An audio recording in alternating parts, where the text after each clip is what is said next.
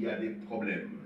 Westmaster Aviation, un groupe de sûreté et de services gérés disposant d'un vaste portefeuille d'équipements, de services et des solutions pour répondre aux besoins des clients à travers le monde. Résoudre le problème de sûreté des gouvernements, des armées, des organisations non gouvernementales, des aéroports et ports, des infrastructures critiques des grandes organisations et entreprises dans le monde. Toujours pour le compte de son projet, il était devant la presse ce jeudi dernier à l'hôtel Rotana pour expliquer l'importance de l'entreprise. Le contrat porte sur le financement, le développement, la mise en œuvre, la maintenance, la formation et l'exploitation des services de sûreté sur 4 aéroports internationaux et nationaux en RDC tels que Lubumbashi, Kisangani, Goma et celui de Kinshasa. Monsieur Patrick Sakameso, je suis responsable des opérations Afrique de Westminster Group et je suis directeur général de Westminster RDC. Voilà, vous avez des notes sur vos tables où on explique qui nous sommes. Nous sommes une société britannique cotée en bourse de Londres. Nous travaillons exclusivement avec les États, les organismes internationaux et les agences étatiques. Nous offrons nos services. Nous sommes une société spécialisée dans le domaine de la défense, basiquement, mais spécialisée aussi dans le domaine de la sûreté aéroportuaire. Dans les jargons de l'aviation civile, on dit AFSEC, Aviation Security. Donc certainement, c'est ça qui a créé de l'amalgame. Nous ne faisons pas de la sécurité. Nous faisons de la sûreté de l'aviation civile. Voilà pourquoi on vous a passé la petite vidéo. Vous allez m'excuser de revenir un peu en arrière. La petite vidéo qui reprend en fait le parcours d'un passager lambda dès son arrivée à l'aéroport jusqu'à son embarquement. Donc, vous passez des filtres des sûretés, ça s'appelle les mesures de contrôle des sûretés. Pour les mettre en place, il faut des équipements qui demandent beaucoup d'argent. Il y a même des équipements de sûreté qui peuvent vous coûter des millions de dollars à l'unité. Donc, vous devez avoir des gens qui savent manipuler ces équipements, qui savent maintenir ces équipements et qui peuvent gérer ces équipements. Et ensuite, il y a de la formation. Il faut évidemment former ces gens à utiliser ces équipements et à les maintenir. Donc, c'est tout ce package-là que nous apportons à la RDC. Mais attention, il y a quelque chose que je voudrais soulever. Les contrats ou encore le partenariat en cours avec l'État congolais par les truchements de la RVA ne se limite pas qu'à ça. Ça va au-delà de tout ce que je viens de vous dire, c'est-à-dire qu'on va aussi accompagner l'État congolais dans la rédaction, la révision de la législation, la réglementation, parce que Westminster déploiera ses experts en RDC. Donc c'est un accompagnement.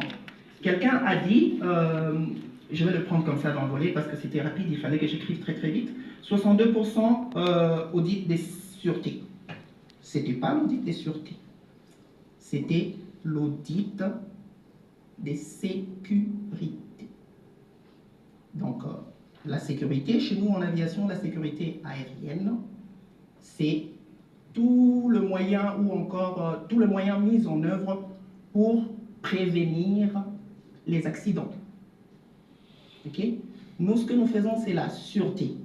L'ensemble de moyens mis en œuvre pour protéger l'aviation civile contre les actes d'intervention illicites.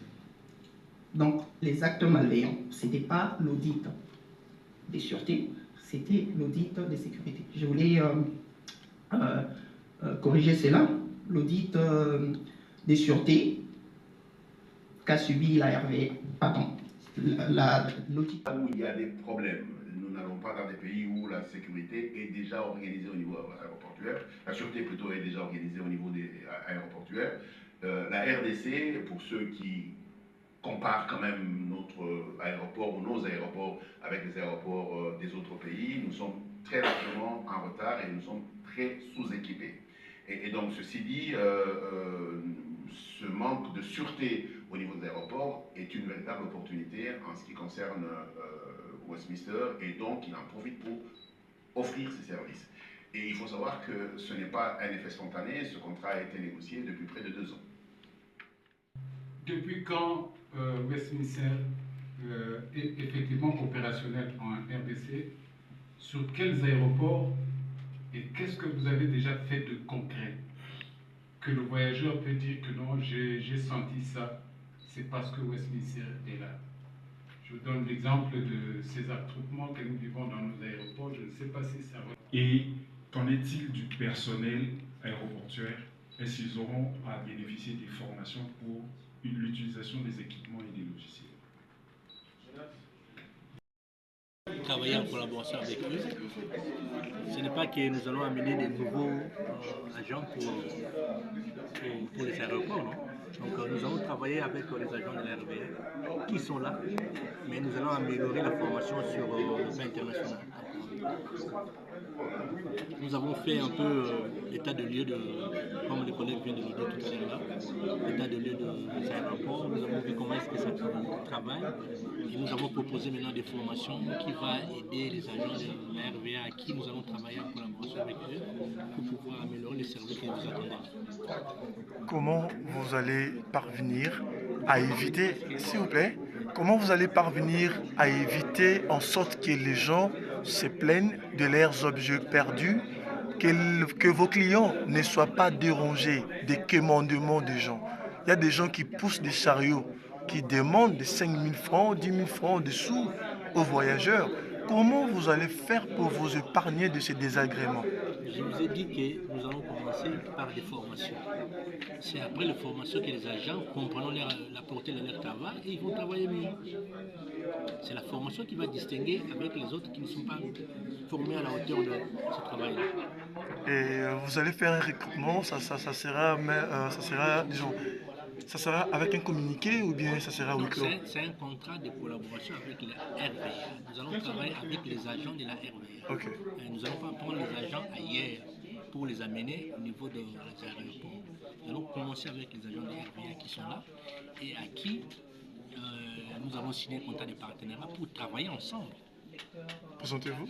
Moi, c'est M. Kouvo Ingila.